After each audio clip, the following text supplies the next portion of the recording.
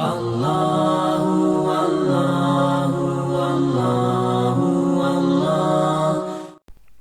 Bismillahirrahmanirrahim. Assalamualaikum sahabat muslim.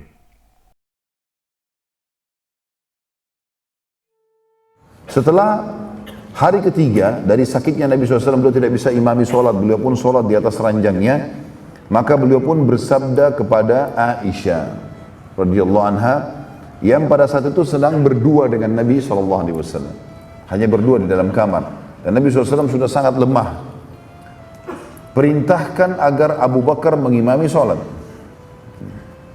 Maka pada saat itu Aisyah pun khawatir bila ia sampaikan sementara keadaan Nabi SAW sangat parah, maka nanti akan ada prasangka-prasangka dari orang-orang kalau ia mengarang-ngarang wasiat tersebut. Apalagi Abu Bakar posisinya adalah ayahnya, berarti menggantikan posisi Nabi SAW sebagai pemimpin umat, dan ia adalah anaknya Abu Bakar di sini. Aisyah berkata radhiyallahu anha, wahai utusan Allah, sungguh Abu Bakar orang yang lemah secara fisik, hatinya pun, suaranya pun kecil, dan dia suka sekali menangis, hatinya sangat lembut, maka coba pilihlah orang lain. Namun pada saat itu Nabi SAW pingsan, ya, belum sempat menjawab, pingsan. Kemudian Nabi SAW bangun, lalu mengingatkan lagi Aisyah yang kedua kali, apakah sudah kau jalankan titahku wahai Aisyah? Maka Aisyah mengatakan belum. Kata Nabi SAW, perintahkan agar Abu Bakar mengimami manusia sholat. Rupanya Aisyah mengulangi lagi perkataan yang sama. Ya Rasulullah, Abu Bakar orang yang lemah secara fisik, suaranya pun akhirnya kecil. Artinya nggak semua masjid bisa dengar. Zaman dulu nggak ada pengeras suara. Dan juga hatinya sangat lembut, mudah nangis gitu. Pilihlah orang lain ya Rasulullah. Maka Nabi SAW pingsan yang kedua kalinya. Ya, tidak sempat menjawab di sini. Kemudian Nabi SAW bangun yang ketiga kali, sadar, tanya lagi, Aisyah sudah jalankan belum? Maka Aisyah mengatakan belum. Kata Nabi SAW, perintahkan Abu Bakar untuk mengimami sholat. Aisyah pun mengulangi yang ketiga kali perkataan yang sama. Maka di sini Nabi SAW sempat marah dan mengatakan, sungguh kalian wahai wanita sama saja dengan penggoda-penggoda Yusuf. Perintahkan agar Abu Bakar mengimami manusia sholat. Artinya, jalankan kalau sudah dititahkan, tidak usah punya pilihan lain. Maka pada saat itu pun Aisyah akhirnya ketakutan jangan sampai ya Nabi SAW murka dan ini mengundang murkanya Allah, maka beliau pun akhirnya keluar pada saat itu untuk menemui siapa saja di masjid agar mengimami sholat. Ya. Maka Aisyah radhiyallahu anha setelah mendengar teguran Nabi SAW yang tegas kepada beliau, maka dia pun ketakutan. Dan memang perlu digarisbawahi, ini pelajaran juga. Tentu Aisyah radhiyallahu anha di sini bukan dinilai sebuah perilaku yang buruk, akhirnya langsung divonis orang yang tidak patuh kepada Nabi SAW. Karena kondisi pada saat itu adalah Aisyah bersama dengan Nabi SAW di dalam kamar. Kondisi Nabi SAW lagi sakit parah, dan dikhawatirkan nanti masyarakat ada yang atau mau muslimin berpikir kalau Aisyah mengarang-arang ya wasiat tersebut. Dan beliau juga dengan santun menyampaikan kepada Nabi SAW, ya Rasulullah, Abu Bakar orang yang lemah secara fisik, berarti otomatis suaranya pun kecil, tidak kedengaran, hatinya lembut, suka menangis, pilihlah orang lain gitu kan. Walaupun sebenarnya kalau kita kembali kepada hukum agama yang asli ya, yang sebenarnya kalau sudah titah Allah dan Rasulnya tidak boleh dibantah. Mau berat, mau ringan, ya, maka semua diterima. Karena Allah Subhanahu wa taala menyebutkan dalam surah Al-Ahzab, surah nomor 33 ayat 36. A'udzu billahi minasyaitonir rajim, wa ma kana lil mu'minin wala mu'minatin idza qada Allahu wa rasuluhu amran an yakuna lahumul khiyaratu min amrihim wa may ya'sillaha wa rasulahu faqad dhalla dhalalan mubina.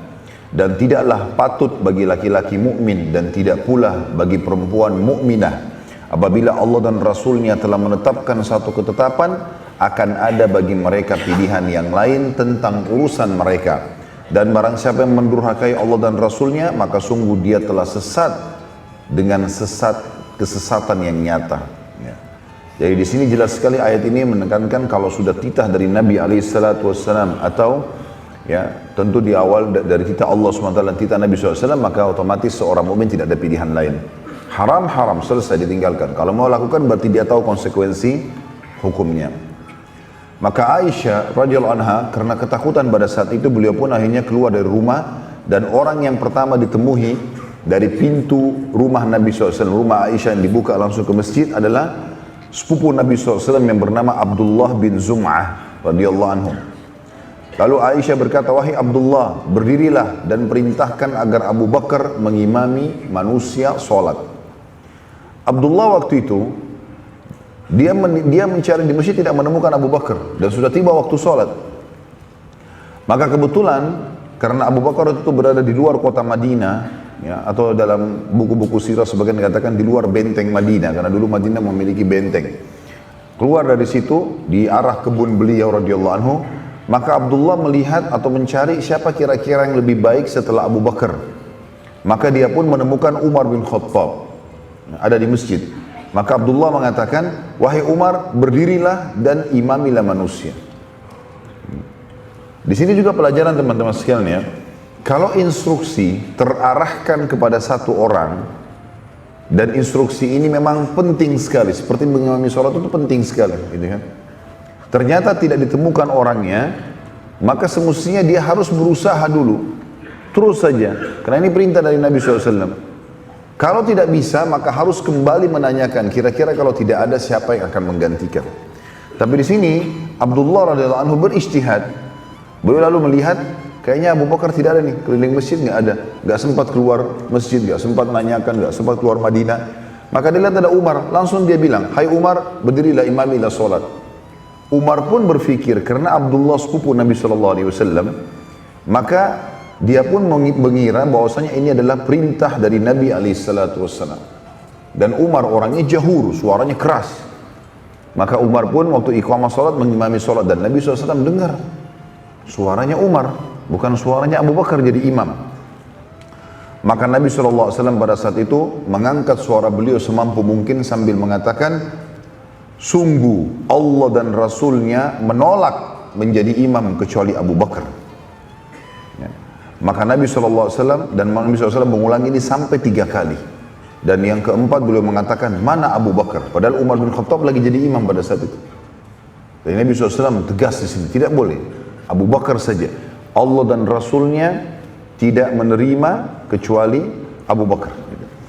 Dan ini teman-teman sekalian, ulama mengatakan ini termasuk dalil yang sangat sharih, yang sangat jelas kalau pemimpin setelah meninggal Nabi SAW hanya Abu Bakar.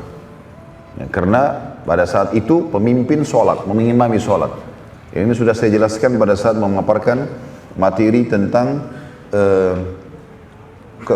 kriteria pemimpin dalam Islam. Di antaranya, ya, dia bisa memimpin sholat 5 waktu, jadi imam, gitu kan.